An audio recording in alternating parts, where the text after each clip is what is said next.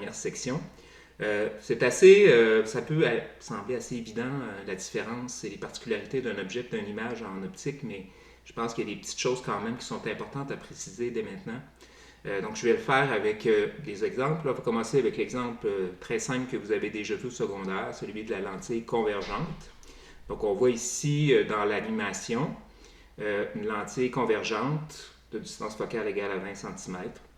Et on a un objet ici qui est représenté par la flèche rouge. Notez, comme vous avez sûrement déjà fait, qu'on a une ligne ici perpendiculaire à la lentille qui passe en son centre qu'on va appeler l'axe optique. Et c'est sur l'axe optique que se retrouvent les foyers de la lentille. Donc une lentille a deux foyers qu'on appelle respectivement le foyer objet, qui est du côté où l'objet réel se trouve, et le foyer image, notez lui F', qui se trouve du côté où l'image réelle se trouve.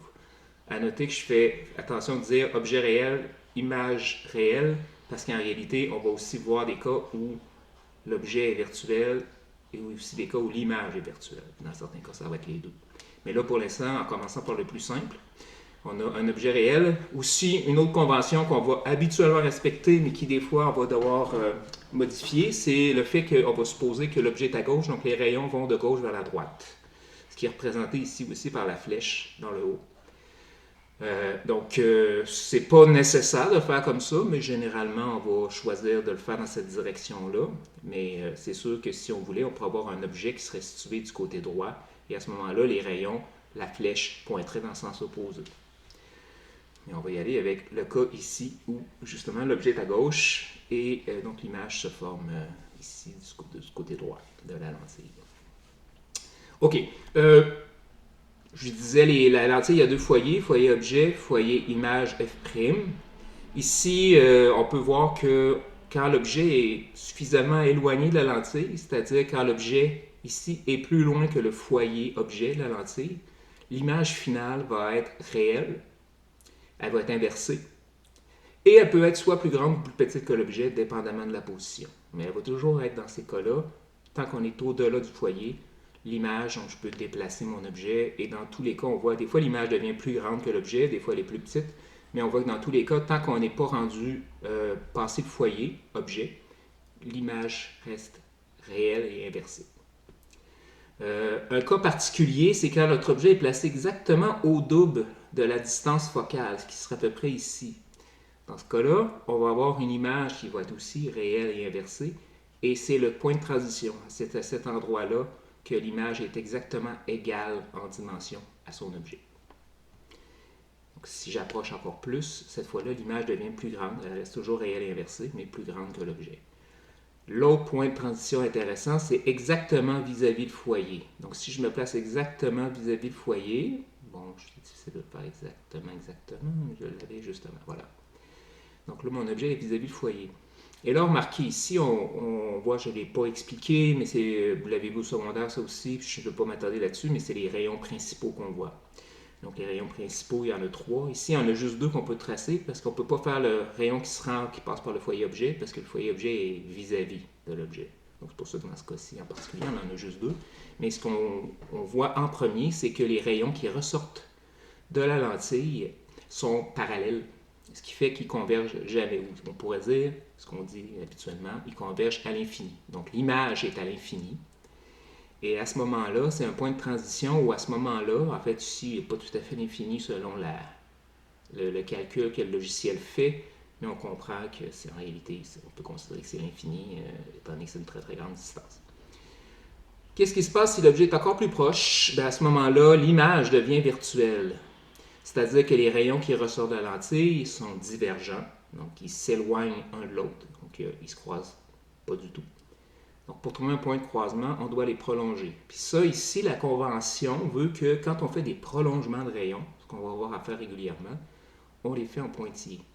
Et ça, c'est pour indiquer que ces rayons-là, c'est des rayons fictifs. Il n'y a pas de lumière. La lumière voyage selon les lignes qu'on voit en vert, comme ça ici. En fait, il y a plus de rayons que ça. On pourrait faire un faisceau complet et on pourrait tracer plein de rayons qui passent à travers la lentille. Et tous ces rayons-là sont des rayons réels et on les trace en très plein. Je revenais quand même aux rayons principaux. Donc ça, c'est des rayons réels. On les trace en très plein. Et les rayons pointillés correspondent à des prolongements. Donc, il n'y a, aucune lumière là, qui sera là, du moins dans cette direction-là. C'est vraiment juste des rayons prolongés. Donc, c'est pour ça qu'on les met en pointillés. Puis d'ailleurs, ici, on a rajouté l'image. Donc, je vais juste replacer ça pour qu'on puisse voir l'image au complet.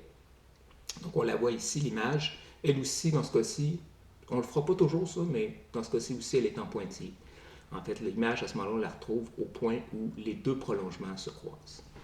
Ce qui est important, c'est que dans le cas d'une image virtuelle, justement, c'est des rayons fictifs, c'est des rayons prolongés qui se rendent là, donc il n'y a pas d'image à trouver là dans l'espace. C'est un peu comme dans le cas d'un miroir. Si on se regarde dans le miroir, on voit notre double qui serait derrière le miroir, mais on sait bien que derrière le miroir, il n'y a rien qu'on pourrait aller toucher qui serait notre double. Donc c'est virtuel à ce moment-là. Donc une image virtuelle, on ne pourrait pas la projeter sur un écran, entre autres. C'est une des façons qu'on peut dire qu'il y a une distinction entre les objets, plutôt les images réelles et les images virtuelles. C'est que les images réelles peuvent se former sur un écran, peuvent être projetées sur un écran, comme par exemple un écran de projection, comme au cinéma, c'est la même chose. Donc c'est une image réelle qui est formée par un système de lentilles. Dans ce cas-ci, cette image-là, quand elle est virtuelle, il n'y a rien à voir à l'écran. Par contre, on pourra le voir avec notre œil. Cette image-là, quand on regarde, par exemple, dans un miroir, on voit l'image virtuelle que le miroir nous renvoie avec notre œil, parce que notre œil rajoute une lentille supplémentaire. Mais pour l'instant, je ne vais pas rentrer trop dans les détails, on va le voir plus tard, mais ce qui est important de voir, donc, c'est une image qui est virtuelle, droite dans ce cas-ci.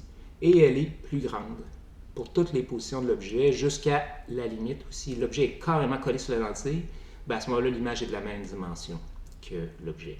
Mais sinon, pour toutes les positions intermédiaires entre le foyer et la lentille, l'image est plus grande, plus longue, elle est droite et elle est virtuelle. Ça, c'est le cas de la lentille convergente. Rapidement, si je change ma lentille pour y mettre une focale négative, donc je vais y mettre à peu près moins 20, juste pour avoir le même chiffre, mais dans le négatif. Donc on voit ici, c'est la lentille divergente qui est représentée avec le point, plutôt la zone centrale de la lentille est plus mince que la zone périphérique. Et dans le cas de la lentille divergente, l'image, comme on peut voir, va toujours être virtuelle. Pour toutes les positions de l'objet devant la lentille, l'image est virtuelle et droite et plus petite que l'objet.